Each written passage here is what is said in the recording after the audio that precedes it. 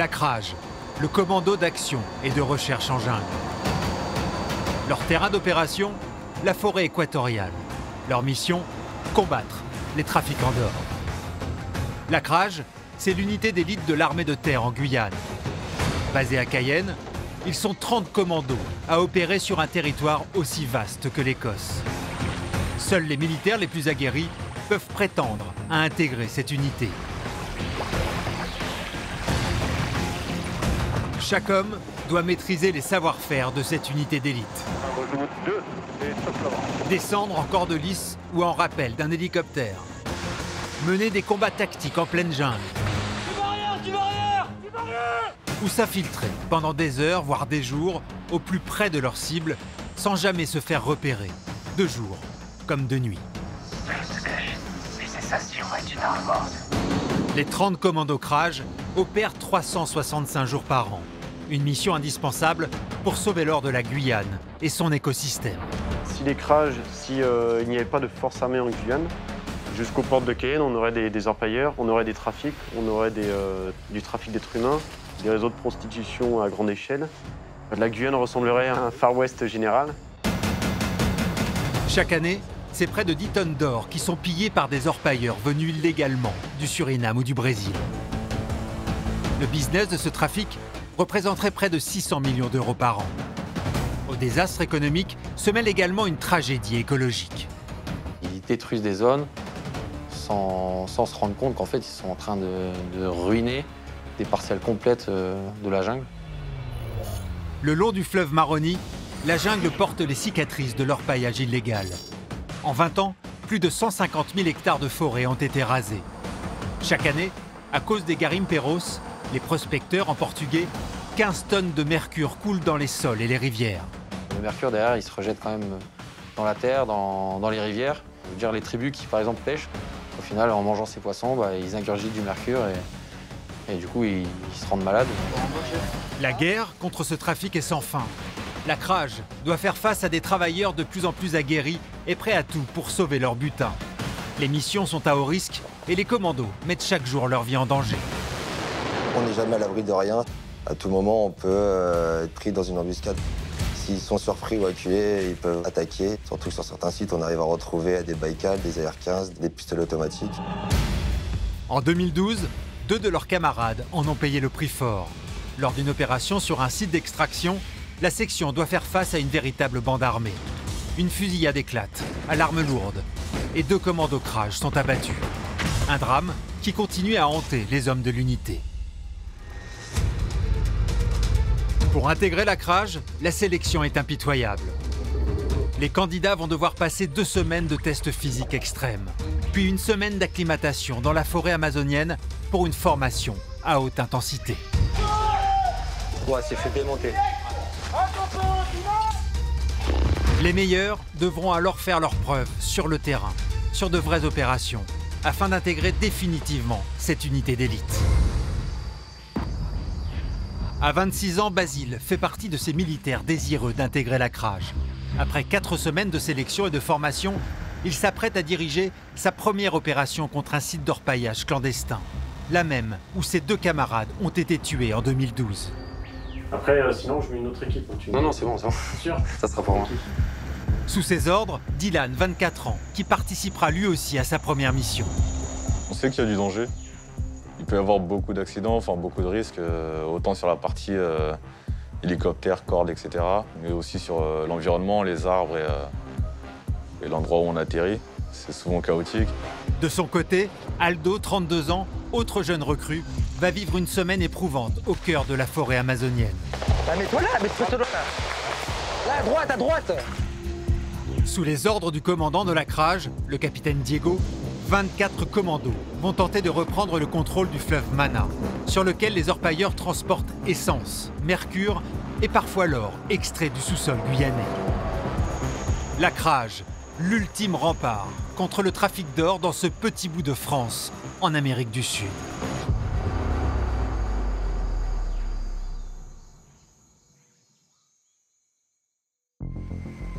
Base aérienne de Cayenne, en Guyane. 8 h du matin. Après 10 jours de tests physiques et une semaine de stage intensif en pleine forêt, Basile s'apprête à vivre sa première opération en tant que chef de groupe. Ses supérieurs vont pouvoir l'évaluer en conditions réelles sur le terrain. Et la bête, hein. C'est avec le sac, t'as dit 114. Moi, j'ai pas les trans, donc ça va. Une mission un peu particulière, puisqu'ils vont devoir prendre d'assaut le site de Dorlin, la même où 2 Krages avaient perdu la vie en 2012. Je suis ultra concentré, je commence à rentrer dans ma bulle. Je commence à me faire la mission, j'essaye de me projeter et de savoir comment ça va se passer. Tous ont en tête le drame qui s'est déroulé 8 ans plus tôt. Basile rappelle à ses hommes les dangers de cette mission. Il y a potentiellement la bande armée sur zone, donc c'est pas n'importe qui, c'est des mecs qui sont armés, etc. Donc ouvrez bien les yeux et ça va bien se passer. C'est bon pour moi.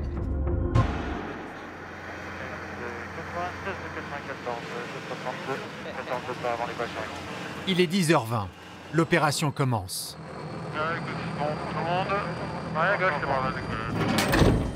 Le commando va donner l'assaut sur le site de Dorlin, à 150 km de Cayenne. Le trajet va durer 45 minutes. Le temps pour chaque militaire de se préparer mentalement à cette opération coup de poing. Le HM fait tellement de bruit, déjà on peut pas parler entre nous. Et donc là on peut voir, il y a différentes attitudes. Déjà on voit les gens qui sont un peu habitués, on va avoir tendance à se poser, à fermer les yeux et à attendre un peu. Les plus jeunes équipiers, eux, ils vont être un peu, pas stressés, mais voilà, un peu plus excités. Pour ma part, je fais le point et j'essaie de penser à un maximum de possibilités, de solutions, etc. Et 3 minutes, Guillaume. Parmi les commandos sous les ordres de Basile, le caporal-chef Dylan. Pour lui aussi, cette opération est sa toute première au sein de la Krage. Déjà, l'annonce 3 minutes, c'est le dernier moment pour voir si tout est bon. Checker le matériel, bien vérifier les gants, si les viseurs sont allumés, si les radios sont OK. Ok, devant pour 150 mètres. La zone numéro 1. À moins d'1 minute de la cible, le pilote confirme à Basile que le site est actif et que des orpailleurs sont bien présents sur place. Select, je confirme zone d'intérêt et vert. Descente, affirme c'est vert et donc mode de pompe sur le chantier et depuis gardé. Ok, vert, mode de pompe gardé. Ce site a été repéré 2 jours plus tôt par les militaires du renseignement lors d'un survol en hélicoptère. Allez, porte gauche sur le planche-pied. Dès qu'on a le top action en machine, c'est parti. Donc là, les mecs sont drillés, les mecs connaissent les procédures et connaissent le déroulement de l'action. Et stop là. Rejoint. C'est fluide. Le mec, ça enchaîne, ça arrive sur la corde, ça réfléchit pas, ça descend à la corde, etc. Les 7 commandos de la Krage descendent en corde lisse, à la force des bras, depuis l'hélicoptère stationné à 25 mètres du sol. Une manip extrêmement risquée. À cet instant, les militaires sont totalement vulnérables et à la merci des garimperos qui voudraient s'en prendre à eux.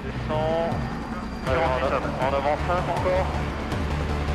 Mais aujourd'hui, les orpailleurs illégaux semblent avoir décidé d'esquiver la confrontation. Moi, je descends en dernier, donc en même temps, je voyais sur la gauche, à l'autre porte, qu'il y avait des pirogues qui étaient en train de s'exfiltrer. Le pirogue qui part à gauche, ça n'est pas l'idéal. C'est dessous là?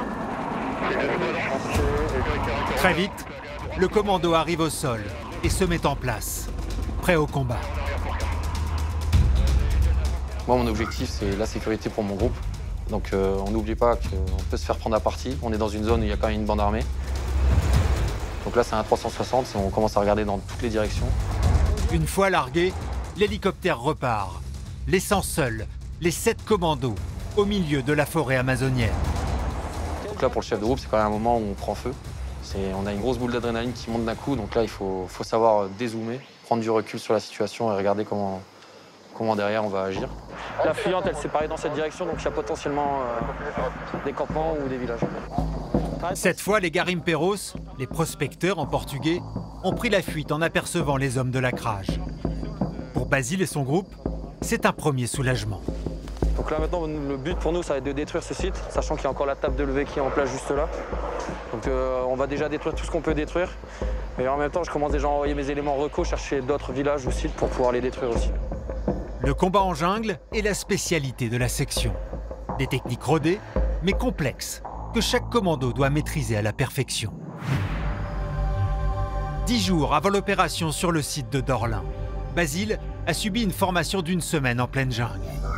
Ce matin-là, ils étaient 12 candidats à tenter d'intégrer la Crage. Parmi eux, Aldo, 32 ans, et Dylan, 24 ans. J'ai entendu parler de cette section quand j'étais encore en métropole, en faisant plusieurs stages commando justement. Et j'ai justement souhaité me spécialiser dans le domaine de la forêt équatoriale. Sur le camp de la Sparwin, à 300 km de Cayenne. Sous les ordres de 7 instructeurs, ces jeunes recrues vont devoir apprendre toutes les techniques spécifiques de la Crage. On s'active un peu. Attention. Tout le monde a un pistolet flingue laser ou pas là? Chaque année, des militaires de toute la France tentent d'intégrer cette unité d'élite. Beaucoup de candidats pour peu d'élus. Au terme de cette sélection, il n'en restera que 10. Ils passeront alors 2 ans au sein de cette unité. Un passage obligatoire avant de pouvoir peut-être intégrer les forces spéciales françaises.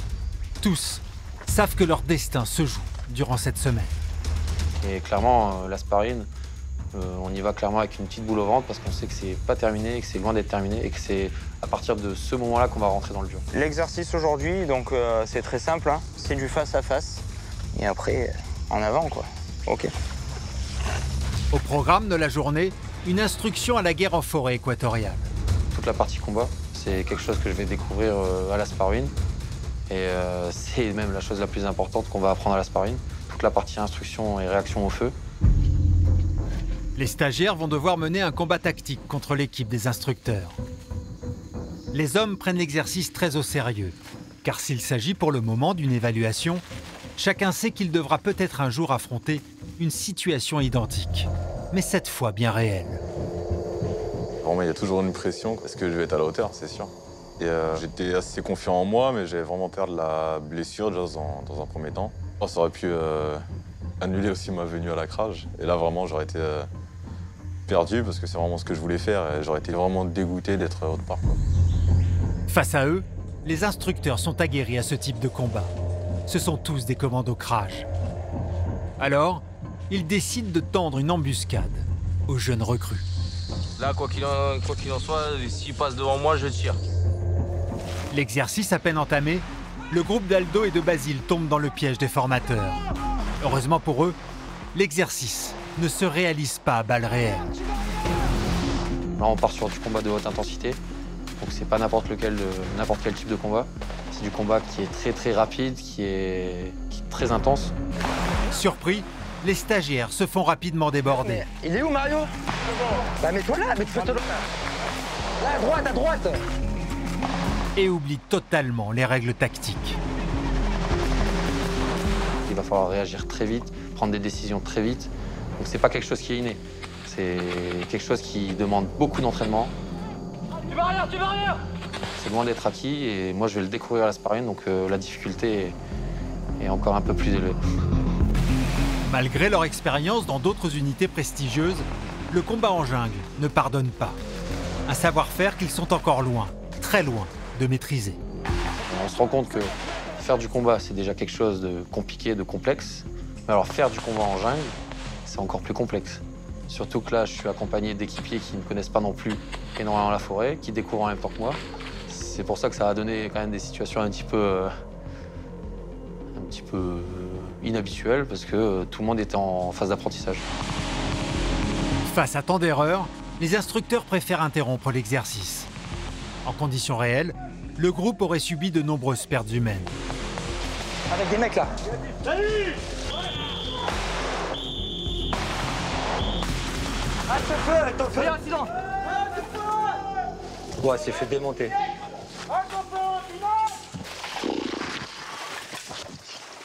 On s'est fait clairement démonter, la mission n'est pas remplie. Et derrière, l'organisation de la réorganisation, après, c'est les débuts aussi en jungle, on n'a pas l'habitude de bosser ensemble. Grosse déception pour Aldo et Basile. Les instructeurs comptaient sur eux pour guider les autres stagiaires. Vous êtes encore trop sur des schémas. J'ai un contact, ok. Moi j'appuie. Basile avec ton équipe déborde par la droite et viens chercher. Et ça marche super bien en Europe. Mais ici, c'est plus compliqué, quoi. C'est bon? Ok, allez. Faut savoir accepter les choses, faut savoir se remettre en question et accepter la critique. Tant que la critique est constructive, je vais toujours la comprendre et l'accepter. Je vais me remettre en question et penser à comment j'aurais pu faire la chose et comment je ferai la prochaine fois la chose pour justement ne plus faire cette erreur. Aldo et Basile savent qu'il ne leur reste plus que 6 jours pour prouver qu'ils méritent d'intégrer la Crage. À Dorlin, 10 jours plus tard, le commando mené par Basile vient de prendre d'assaut le site d'orpaillage. Mais devant la puissance de feu des Crages, les Garimperos ont préféré prendre la fuite. Basile se charge de sécuriser l'action des hommes du GIGN. Leur mission, détruire la motopompe et rendre le site inutilisable pour plusieurs semaines. Nous, ce qui nous importe surtout, c'est tout ce qui vient de l'extérieur de la forêt. Les tuyaux, les moteurs, les bidons, etc. Ça, par contre, ça va vraiment les gêner dans leur travail. Donc on va quand même détruire tout ce qui est bois pour le ralentir le travail un maximum. Mais ça va pas les gêner énormément. Que le gros tuyau là qu'on voit, c'est des tuyaux qui sont très très lourds. Donc ça, pour le ramener en forêt, ça demande des moyens logistiques quand même différents. Et ça coûte très cher. Et ça, quand on le crame, du coup, ils vont devoir en ramener à nouveau. Ça va prendre beaucoup de temps et ça va les gêner. Mais pendant que le GIGN se charge de démolir la motopompe, Basile doit gérer l'arrivée d'un invité surprise. Bonjour, viens ici, viens ici. Un Garimperos a décidé de revenir sur le site sur lequel il travaillait quelques minutes plus tôt. Viens ici. Tranquille, tranquille, c'est la police française. Viens ici. Le Garim sort de nulle part, donc il peut être potentiellement armé, il peut nous mettre en danger. Donc là, tout de suite, on n'est pas agressif, on lui dit juste arrêtez-vous. Après, je lui dis, je vois en fait qu'il a rien sur lui, donc je vais lui dire viens ici. Regarde, je n'ai rien. Je veux juste te voir. Tranquille. Tranquille. C'est bon. Tout va bien? Tout va bien. Ils ont l'habitude de se faire contrôler, donc tout de suite, vous voyez, il lève le t-shirt, il montre qu'il a rien dans les poches, qu'il a rien de coupant, rien de pointu. Une fois qu'on a vérifié, ou que le gendarme a vérifié que c'était pas un danger pour nous, on va juste lui demander de s'éloigner, de repartir et de ne pas rester dans la zone pendant les destructions. Attention, mise à feu. Une visite impromptue qui n'empêche pas les Crages et le GIGN de terminer la destruction du site.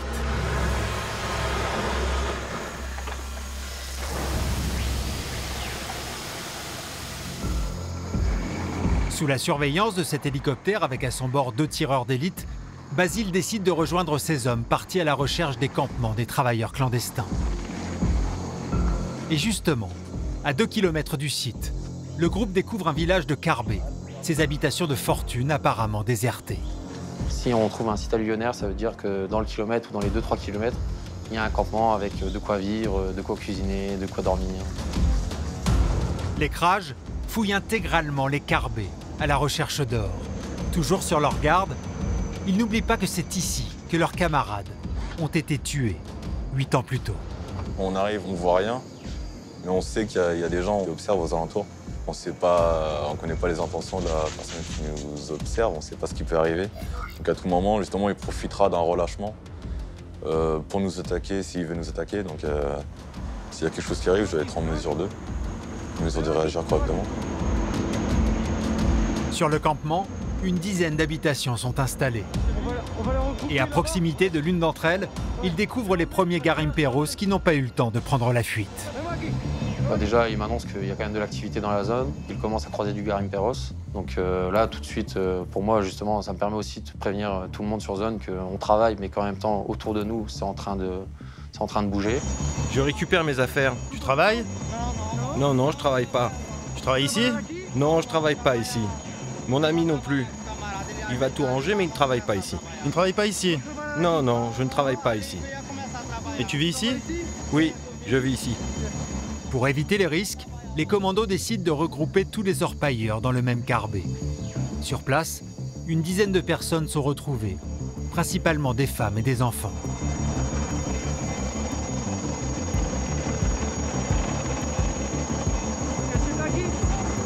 Ces Garimperos seront contrôlés, mais sans papier d'identité au cœur de la forêt, ils seront finalement laissés en liberté. Les commandos continuent leur recherche. Le moindre sac, carton ou hamac est fouillé systématiquement. Et après quelques minutes, ils découvrent enfin ce qu'ils étaient venus chercher. De l'or. Une trentaine de grammes du précieux métal. Le reste du camp est entièrement brûlé. Malgré le maigre butin, Basile a réussi sa première mission en tant que chef de groupe. Après la mission était remplie, on avait pour objectif ce site. Donc, quand on repart, ce site est détruit. Il ne sera plus actif avant plusieurs bonnes semaines, voire plusieurs mois. Ça ne va pas être la plus grosse mission que j'aurais fait. Ce ne sera pas le plus gros bilan que j'aurais fait. Mais dans le fond, la mission est remplie, donc non, on reste quand même satisfait. Lutter contre les orpailleurs clandestins, un travail sans fin, une guerre d'usure. Dans ce combat, la CRAJ est en première ligne. Chaque année, ce sont des dizaines de sites qui sont détruits et brûlés pour tenter d'endiguer ce fléau. La spécificité de cette unité d'élite est sa capacité à combattre et évoluer en jungle. En Guyane, la forêt amazonienne est hostile et souvent dangereuse.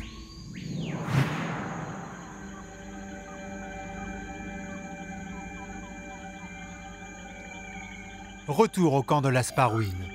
Au cours de la formation d'une semaine, Basile, Dylan et Aldo vont devoir apprendre à apprivoiser cet environnement. Ça va bien grimper comme il faut. La forêt recouvre 96% du territoire guyanais. Moi, je ne connaissais absolument pas la forêt, je ne connaissais absolument pas le milieu de la jungle. Donc j'avais les dires de telle ou telle personne qui avait fait en 90 un passage en Guyane, etc. Donc entre-temps, ça a quand même changé, même s'il y a des choses qui ne changent pas. Et voilà, j'ai pu me faire ma propre idée et ma propre image de la Guyane. Hop, ouais, c'est bon là. Pour la plupart de ces stagiaires, c'est leur tout premier contact avec la jungle. Un milieu hostile, une végétation dense et une faune sauvage. Ici, le danger est partout. La jungle, c'est beaucoup de verdure, beaucoup de difficultés d'évolution. C'est une canopée à entre 20 et 40 mètres de haut, dans laquelle la chaleur reste engouffrée, enfermée dessous. Une chaleur humide. C'est aussi le territoire des serpents et des araignées, parmi les plus dangereux au monde. Ah non, c'est assez impressionnant. C'est un milieu particulier, c'est un milieu qui est éprouvant. Donc on a quand même une petite appréhension. On sait qu'il y a du danger. Dans la jungle, on imagine serpents, grosses araignées, jaguars, etc. Ça reste une de mes plus grosses craintes. Ouais. Apprivoiser la jungle et ses méandres, c'est le défi qu'Aldo et ses équipiers vont devoir réaliser pendant ce court séjour. Impossible de devenir CRAJ sans être à l'aise dans cet environnement. Bœuf bourguignon et pâtes. Jamais goûté encore. Le bourguignon, elle est pas mauvaise du tout. Sur certaines missions, les commandos partent plusieurs jours et marchent des dizaines de kilomètres. Alors pour pouvoir tenir physiquement, l'armée leur fournit ses rations alimentaires. Pas mal, hein? Tartiflette. Au niveau de texture, fermé, mais niveau goût, c'est pas mal.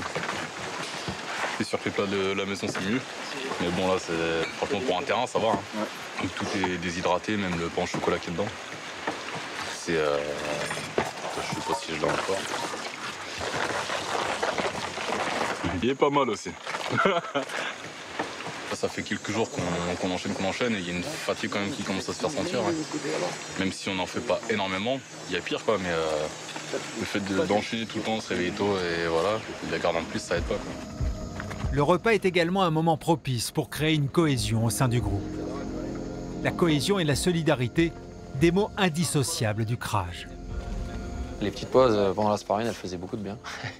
Ça permettait de souffler, de redescendre et ça me permettait aussi de commencer à connaître les mecs avec qui j'allais travailler. Non, c'est facile. Sinon, là, tu pars en routine, tu pars directement avec ton petit sac et tu fais ta petite guerre. Connaître aussi un peu la personne qui est derrière le treillis parce que moi, je vois équipier, mais en fait, non, il y a Franck, il y a Pablo, il y a un mec avec une histoire derrière qui a un régiment avec son histoire, etc. Donc, ça nous permet de se connaître. Mais en jungle, le danger est permanent, y compris pendant les pauses. À moins de 10 mètres de leur bivouac, Larson, un instructeur amérindien, vient de tuer ce serpent. C'est un CRAJ, un CRAJ petit carreau. Un grage, un des serpents d'Amérique du Sud les plus dangereux. Sa morsure peut tuer un homme en moins de 24 heures. Tout aussi dangereux que ces serpents, mais plus sournois, les stagiaires vont apprendre qu'évoluer en jungle demande une concentration de chaque instant. Kevin, un des instructeurs et commandos depuis 2 ans, va leur faire découvrir les pièges que l'ennemi pourrait dissimuler dans la forêt. Tous les pièges que vous allez voir, c'est des pièges qui sont utilisés pour ralentir, blesser, voire tuer pour certains pièges, les gens qui sont en train de les chercher. D'accord ? Donc là, on est sur un des premiers pièges. D'accord ? Donc c'est tout simplement un balancier, d'accord, qui va venir chasser au niveau du léon. Une masse de 30 kilos, recouverte de pointes acérées. Cette arme ne laisserait aucune chance de survie aux militaires qui activeraient ce piège. Allez, on continue. Et les bandes armées ne manquent pas d'imagination en la matière. Pour les militaires dans la jungle, chaque pas peut être le dernier. Donc, tous les pièges vont être mis à un endroit stratégique. Au moment où je lève ma jambe et je commence à baisser ma jambe, ben, c'est déjà trop tard. Tout mon poids il va être dessus. Les planches elles vont se resserrer et si j'appuie, ça vient se planter au niveau du genou. Une grosse partie des pièges ils sont empoisonnés. Là, le poison qui est le plus utilisé, c'est les excréments. Même si là, il n'y a pas une grosse perforation, d'accord, le clou est pas bien, la bactérie est déjà rentrée à l'intérieur. Les stagiaires commencent à prendre conscience que chaque opération pourrait être la dernière. Kevin leur montre cet autre piège, une technique mise au point par les FARC en Colombie. La planche, cordelette, contrepoids, la corde, hop, on a un gros contrepoids en haut, et accroché sur cette corde-là, on a une arme qui est prête à tirer, face au lion dans la direction. Le premier va déclencher le piège afin que l'arme tire environ dans le milieu du groupe. Le milieu du groupe, en général, il y a le chef de groupe. C'est lui qui commande. Si on arrive à pouvoir blesser, voire tuer le chef, les ordres vont être beaucoup plus compliqués à répercuter pour ces hommes. Aldo et les autres futurs commandos connaissent les risques qu'ils devront affronter sur le terrain. Dans quelques semaines, ils savent qu'ils devront rester vigilants à chaque instant pour éviter le pire. Un mois après cette formation, nous retrouvons Aldo. Le jeune commando va vivre sa première mission au cœur de la forêt amazonienne. À 150 km de Cayenne, sur le fleuve Mana, le chef de groupe fait partie des 24 militaires embarqués dans une mission de 5 jours, sous les ordres du capitaine Diego. Maintenant, prochain objectif, on va sur l'Arwani. Ce que je vous demande, c'est on se scinde en 2 équipes de 2 binômes. Épaulés par 10 gendarmes du GIGN, ils vont tenter de reconquérir une partie du fleuve à proximité de la frontière du Suriname. Tu l'as vu ton truc, Tama? La Mana fait plus de 460 km de long. Dispatchés en 4 pirogues, les commandos vont se répartir des portions du fleuve pour couvrir le maximum de terrain. Le but de la mission Mana, c'était de travailler sur les flux logistiques qui servent à alimenter les sites d'orpaillage. Les sites d'orpaillage sont alimentés principalement depuis les pays avoisinants, Suriname, Brésil. Il y a un endroit où on estime qu'il y a entre 10 et 30% de l'orpaillage illégal qui transite. C'est le fleuve Mana. Sur la portion du fleuve où on a choisi de travailler, on estime un volume entre 5 et 10 pirogues, avec des très fortes motorisations. C'est quoi, il y avait un truc? Ouais, là. Non? Ça là? Ouais, ça. L'objectif d'écrage est de repérer le long du fleuve des endroits où les orpailleurs auraient pu cacher de l'or. Une mission compliquée. On estime qu'il y aurait des centaines de caches dissimulées dans la forêt. Là, c'est les traces de pirogue ou de... Bah, t'as un pied qui part comme ça. S'il faut, ils ont déposé. Hein? S'il faut, ils ont déposé.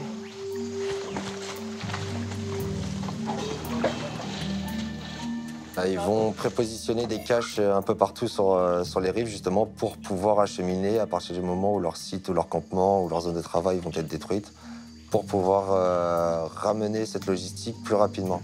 Donc, du coup, ils vont mettre des caches sur les rives, assez bien camouflées, et les récupérer pour leur donner, pour compléter ce qui a été détruit. Aldo et son groupe ont découvert des traces de passage, certainement laissées par des orpailleurs. Tama, t'as une piste qui part sur la droite ou pas, là, une sorte de petit léon? T'as une sorte de léon qui part sur ta droite?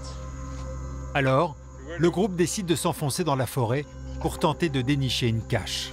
Et pour cela, le moindre détail a son importance. Comme là, on peut voir que la zone des beaching a été creusée par l'homme, que c'est pas naturel. Et c'est ce qui leur permet de pouvoir plus facilement arriver avec la pirogue en bas, décharger le matériel et pouvoir le mettre en arrière dans la forêt, justement où ils mettront leur cache. Pour détecter les caches, c'est un travail de pistage en fait qui est réalisé. Et on va littéralement lire la forêt et essayer de déceler les indices qui font qu'on arrive à savoir que quelques jours auparavant, quelqu'un est venu ici et a caché du matériel. On essaye de l'autre côté. Ouais. Et il ne faut pas longtemps à ces hommes aguerris pour découvrir une de ces fameuses caches, à moins de 30 mètres de la rive, sous des feuilles desséchées parfaitement camouflées.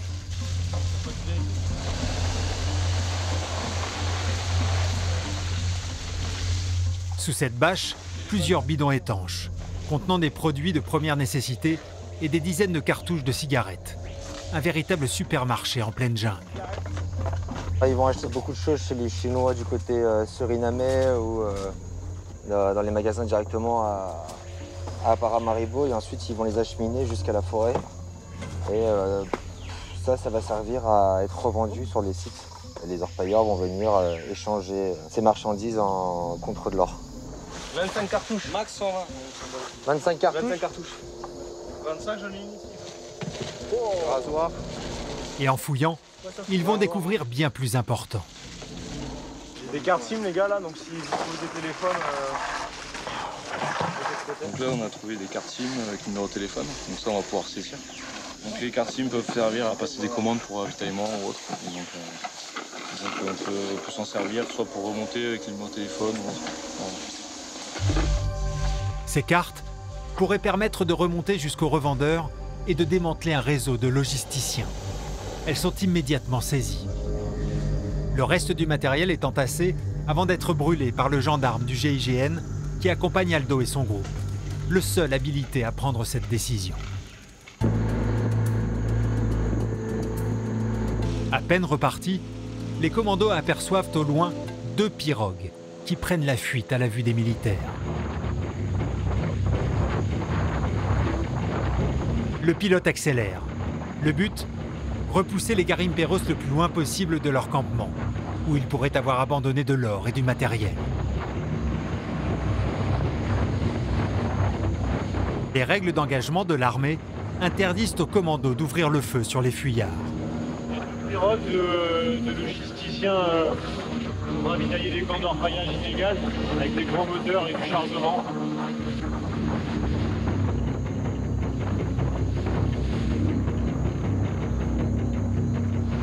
Ce qui serait bien, c'est qu'il y ait un petit saut qui galère à passer et que ça les bloque. Après, ils connaissent le fleuve par cœur, mais on sait jamais avec un peu de chance. Mission accomplie. Les garimperos ont pris la fuite et abandonné leur campement. Les Krages espèrent maintenant retrouver de l'or. Aucune trace du précieux métal. Mais en revanche, les soldats tombent sur un objet essentiel pour les trafiquants. On fait la fouille et on rassemble... Ils auront oublié ça au moins pendant leur fuite. Téléphone satellite, ils ne communiquent qu'avec ça, comme nous d'ailleurs, parce que rien ne passe. Souvent dans la précipitation, ils oublient pas mal de matériel. Après le départ des pirogues, en checkant la rive, ils avaient laissé matériel tel que Inmarsat, ce qui peut pour nous être important dans le sens où on va regarder les numéros et on va essayer de voir comment ils fonctionnent pour communiquer sur la mana. Vous rassemblez tout et on va tout cramer. Pierre, tu restes là ? Ouais. Sur ordre des gendarmes, le commando brûle la totalité du campement. Tout ce qu'on peut détruire, on détruit. Ce qui nous intéresse, notamment l'Inmarsat, on saisit. Et après, y a des choses qu'on n'a pas le droit de récupérer, tout ce qui est pièces, papiers d'identité, ça on laisse sur place. La loi les oblige à restituer les papiers officiels et l'argent. Les garimperos, en portugais les prospecteurs, pourront les récupérer dès leur retour. Les Krages reprennent le cours de leur mission. Cette opération va durer 5 jours. Les commandos feront des arrêts réguliers tout au long du fleuve pour tenter de découvrir de nouvelles caches. Un travail de forçat au milieu d'une forêt hostile.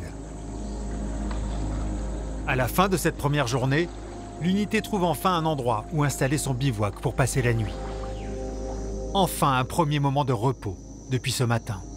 Même si le soir on est fatigué après avoir marché je ne sais combien de temps, dès que possible c'est important de laver les affaires, vraiment se remettre en condition rapidement pour éviter les irritations et toute la petite bobologie qui au final peut vite s'aggraver. Parce qu'on s'en fait beaucoup, toujours des pics, des coupures de partout.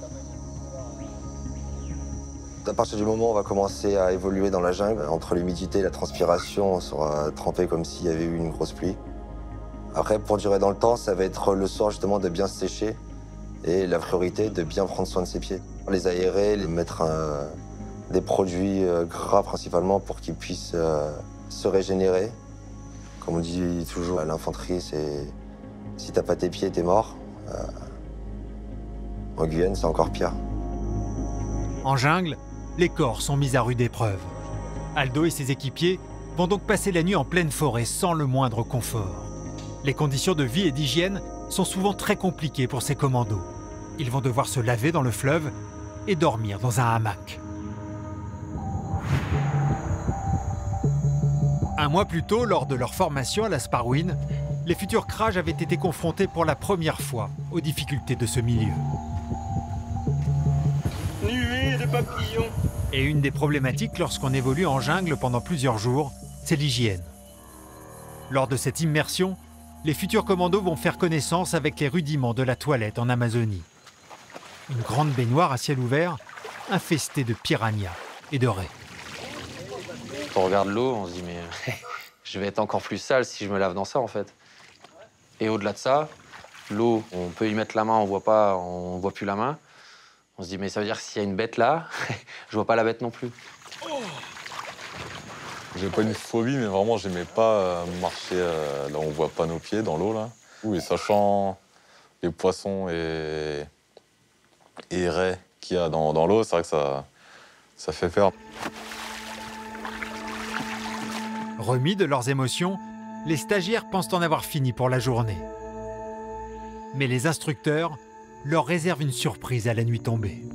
Écoute, je sais pas pourquoi, mais cette manip, je la sens pas. Allez, mettez-vous face à moi ici, là. À ma montre, il est 47, d'accord. À 21h17, vos bivouacs, ils sont montés complètement et vous êtes allongés dans le hamac en tenue sèche. Top, c'est parti. Dormir en forêt regorge de risques et de dangers. Seul moyen pour passer la nuit en sécurité, le hamac. Et son installation doit être précise. Mais après une journée aussi épuisante, l'exercice s'avère compliqué. Le but de la Sparwin, c'est aussi de nous mettre dans le rouge. Ils nous voient sous état de fatigue, comment est-ce qu'on réagit. Et du coup, c'est une pression. Enfin, moi, j'ai la volonté de faire les choses et de les faire bien. Donc forcément, je vais me mettre encore plus la pression pour mieux faire. Et des fois, trop se mettre la pression, c'est là où on va mal faire. Donc, Pour tous, dès que vous avez terminé votre bivouac, que vous êtes entré sec à l'intérieur de votre hamac, vous dites votre pseudo et un personnel de l'encadrement ira vérifier. Mario, Greg, ok. J'arrive. Et pour certains stagiaires, la mission devient vite impossible et les erreurs se multiplient. Là maintenant tu descends de ton hamac. Moi? Ouais. Tes chaussettes dans la merde. Ok, c'est des détails. C'est des détails. Tes chaussettes dans la merde. Les crocs que tu vas chercher un peu partout parce qu'elles sont espacées. Ok, on essaye de les mettre bien, prêt à redescendre. Ensuite, ça, des traces. Ça de nuit, sans OB, tu l'oublies et tu vas le laisser. Ça fera des traces. Si les instructeurs sont aussi exigeants, c'est que la moindre erreur en jungle peut être fatale, surtout la nuit. Tout un monde endormi la journée se réveille alors. première nuit en jungle, c'est la grande découverte. On a tendu le hamac, c'est bon, il est bien tendu, ok. On vérifie tout 2 fois, les nœuds, l'arbre, est-ce qu'il est mort. On regarde les branches, est-ce qu'elle va pas me tomber dessus pendant la nuit. Donc quand on est sûr, on se met dans le hamac. Et à partir de là, c'est parti pour la nuit. Et en fait, on va se rendre compte qu'il y a énormément de bruit dans la forêt. La forêt, elle vit. Donc les arbres bougent, il y a du vent, il y a des animaux. Il y a des animaux qui ne vivent que la nuit. Donc c'est à partir de ce moment-là, on va découvrir pas mal de bruit, de cris, les singes hurleurs. À 3 h du matin, se réveiller avec les singes hurleurs, c'est assez impressionnant. surtout quand la bande a décidé de passer au-dessus de son arbre, c'est encore plus impressionnant. Fin de manip pour ce soir, les gars. Lumière autorisée à partir de maintenant. Ça roule? Allez. Lors de cette formation, les stagiaires vont passer plusieurs nuits sans dormir correctement. S'habituer à cette nouvelle vie leur prendra plusieurs mois. Retour sur le fleuve Mana. Aldo et les 24 militaires de la CRAJ continuent leur mission. Leur but, dénicher les caches d'or et de matériel disséminés tout au long du fleuve. Une mission épuisante et un peu répétitive, mais indispensable pour gêner le travail des orpailleurs. Et sur cette rive, ils vont tomber sur une très bonne surprise. C'est quoi? Les neufs ici, on va passer un... Ah, les tuyaux de... Des tuyaux tout neufs et une bonbonne de gaz. Tout le nécessaire indispensable à l'orpaillage. Aldo est satisfait de cette prise. C'est avec ça qu'ils pompent la terre pour avoir de l'or. Tu dois avoir 400 mètres là. Ouais, il y a du tuyau. C'est la première fois que j'en vois comme ça. À chaque fois qu'on les voit, c'est arrivé sur les sites directement. Une nouvelle fois, le gendarme du GIGN met le feu au matériel. Ouais, s'écarter dans le but où la bonbonne prenne chaud. Mais avec une bouteille de gaz, mieux vaut ne pas trop tarder à quitter le terrain. 300 mètres plus loin, une autre équipe d'écrage a trouvé une pièce encore plus importante. Un moteur de pirogue caché en pleine forêt. Oh, j'ai fait un bond. Une saisie très rare. Les Garimperos ne se débarrassent jamais de leur moteur. Ça va, Guillaume? Tu veux qu'on tourne? Non, faut ça deux.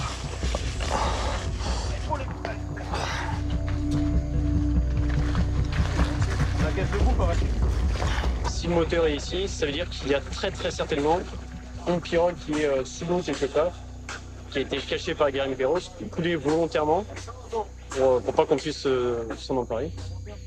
Donc là, on se prend une vingtaine de minutes et j'envoie les personnels qui vont sonder l'eau à différents endroits et on espère pouvoir retrouver la pirogue en question.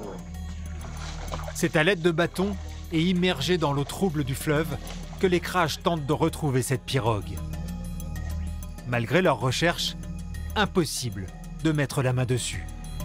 Pour Aldo, la mission est tout de même une réussite. Pendant 5 jours, la simple présence des CRAJ a ralenti le travail des orpailleurs illégaux. Sur la Mana, durant toute la période où on était présent, sachant qu'on était dans le secteur, toute la logistique a mis un frein. Il n'y avait plus de ravitaillement, il n'y avait plus de zone de beaching, il n'y avait plus rien. Ils étaient présents sur le fleuve, naviguaient devant nous pour certaines pirogues, mais avec aucun flux logistique dans ces pirogues-là. Pour quitter la zone au plus vite, les CRAJ vont être héliportés. L'hélicoptère, c'est le moyen de transport indispensable à l'unité. Chaque commando est formé pour descendre de l'appareil en corde lisse ou en rappel de jour comme de nuit. Évoluer de nuit dans la forêt équatoriale, c'est un des savoir-faire de la CRAJ. C'est à ce moment précis que les Garimperos sont les plus vulnérables.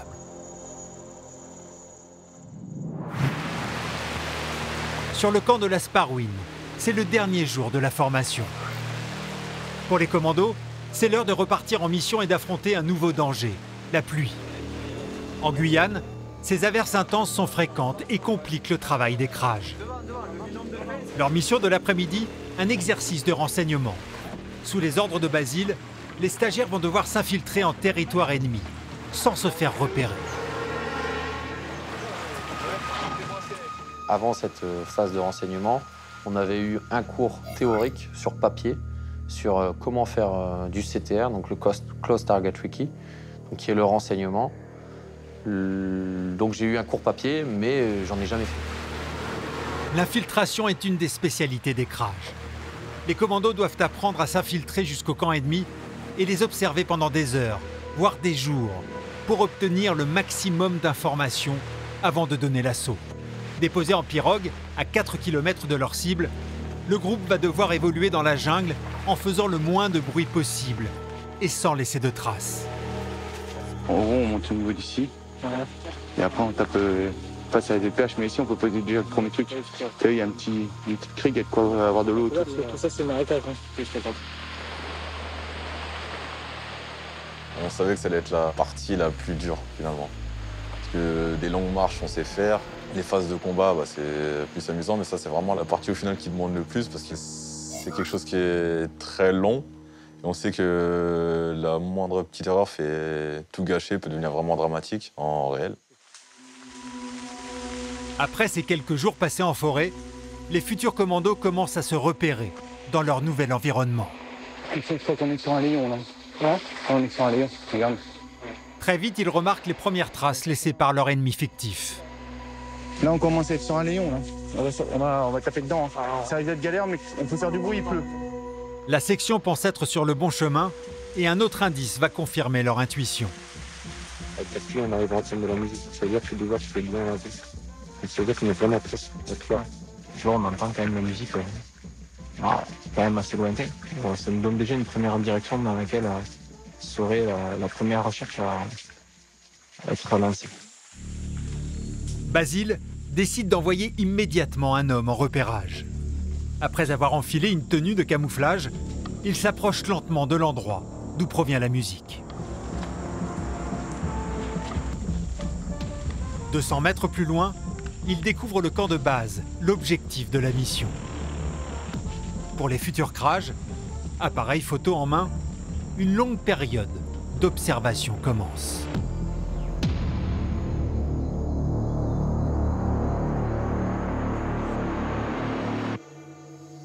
Par groupe de 2, ils se mettent en place autour du camp. La nuit est tombée et elle s'annonce très compliquée. On va observer toute la nuit, en se réveillant en faisant 1 heure chacun. Puis on va essayer de partir avant qu'il fasse jour pour être le plus discret possible. Voilà. Donc la nuit va être longue, pas forcément très agréable, mais on pense d'abord à la mission et après à nous. Sur la mission d'abord. Les stagiaires vont devoir observer le camp pour collecter le maximum d'informations sur l'ennemi, le plus discrètement possible. Les conditions sont rudes. C'est couché à même le sol qu'ils vont devoir passer la nuit. Mais c'est sa silhouette une armoire. Tenue à verre, salon chaud. Et ne plus bouger du tout. Le mouvement attire l'œil. C'est vraiment interdit de dormir à même le sol, c'est mortel. Mais et là, du coup, on fait l'inverse. On doit rester justement par terre, se fondre dans le décor, dans le paysage. Et en sachant tout, que la plupart des animaux sont nocturnes, les araignées, les grosses tarentules qui sortent la nuit, les serpents, etc. C'est un peu stressant, c'est vrai. Les chauves-souris, les araignées, on les voit pas, on sait qu'il y en a les environs. Une fois qu'on est bien installé, je sais que les araignées aiment bien monter un peu partout. C'est stressant. Je sais pas.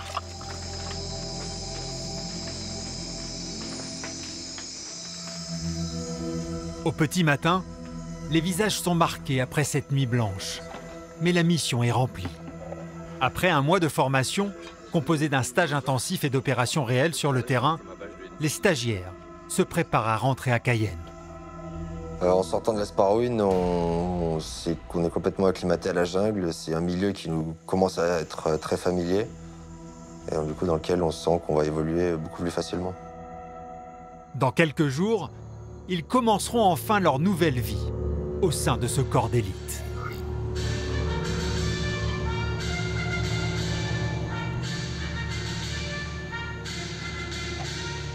Compagnie rassemblée, au revoir mon capitaine. Compagnie à mon commandement, repos. Bien, bonjour à tous. Basile, Aldo et Dylan ont réalisé leur rêve. Depuis 3 mois, ils ont intégré le commando de recherche et d'action en jungle. Et en entendant les résultats, j'étais fier de moi et des camarades aussi du coup. On avait pas mal vécu de grands moments ensemble depuis les tests. Et on a pas mal subi ensemble, on s'est beaucoup aidé, entraidé, beaucoup conseillé dans les moments de doute, etc. Et de voir que j'ai réussi, les camarades aussi, ça fait plaisir. Un grand plaisir. Ah, ça fait du bien. Ah, c'est un soulagement. C'était un de mes objectifs. Et quand un objectif est rempli, ça fait vraiment du bien. C'est une étape de franchie. Un engagement sans faille qui leur permettra peut-être un jour d'intégrer les forces spéciales françaises.